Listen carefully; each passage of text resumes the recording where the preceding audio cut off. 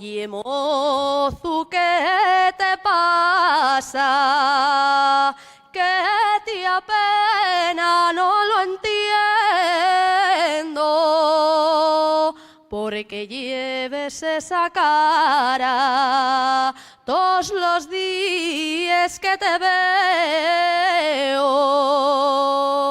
Ahora que me lo preguntes, voy a contarte mi sentir. Pues me gusta una rapaza, pero no y lo sé decir. Pero bueno, tú y es bobo, todavía estás así. ¿A qué esperes pa' decirlo? Así no puedes vivir. En cuestiones de cariño, el tiempo no hay que perderlo.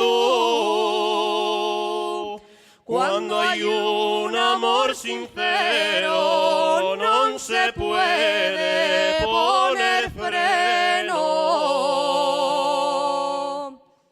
Pues ahora voy a arrancarme y sincerarme contigo, aunque creo que tú bien sabes que y es tú por quien no vivo.